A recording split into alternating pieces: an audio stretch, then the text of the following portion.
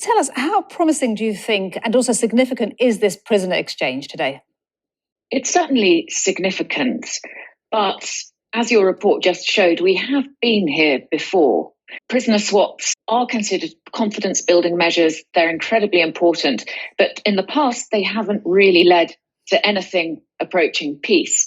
So let's just hope that this time is different, and it might be. So why is it significant this time? Well, it's because it comes on the back of several other developments. The most major of these is, of course, the truce that was signed last year. Although that expired in October, the conflict didn't conflagrate again. And of course, the Saudi-Iran agreement to restore diplomatic ties. That immediately suggests that both of these major foreign powers are going to come to some agreements over Yemen. We hope that that's what's going to take place. And also, right now, there are talks going on in Sana'a, and that's also looking very promising. So this is just one more confidence-building measure that leads us to have some hope. Indeed, and how important has Oman's mediating role been here? It's been very important.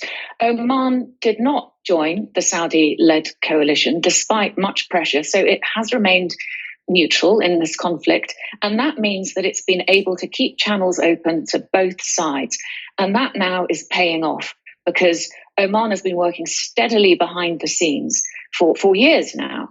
And finally, it seems that that's coming to some kind of fruition. It's managed to find some middle ground between the two main warring sides that might in turn generate a framework for peace talks. It's still going to take a long time, but this is a really promising sign. And you mentioned, of course, the Saudi-Iran rapprochement that we've seen recently. What impact has that had?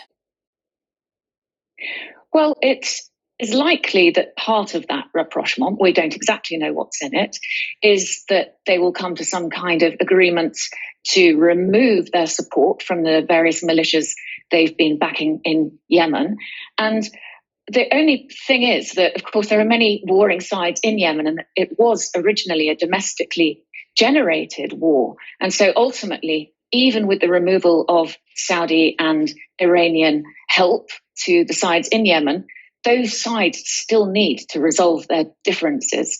So there's a long way still to go. And the fear is that civil war could still flare up inside Yemen again, not just between the domestic warring parties, the Houthis and their opponents, forefronted by the Presidential Leadership Council, but also inside those sides themselves.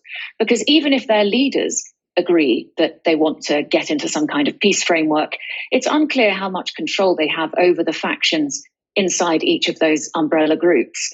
And, after a decade or so of war propaganda, of building up the other side as the enemy, as a kind of holy war that's a religious duty, it's going to be very difficult to pull back from that.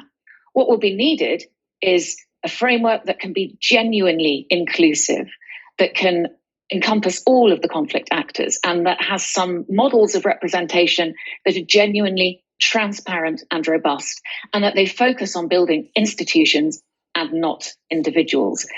Really, what we need is for a common vision and not just a common enemy. Elisabeth Kendall, fantastic to get your analysis today. Thank you so much.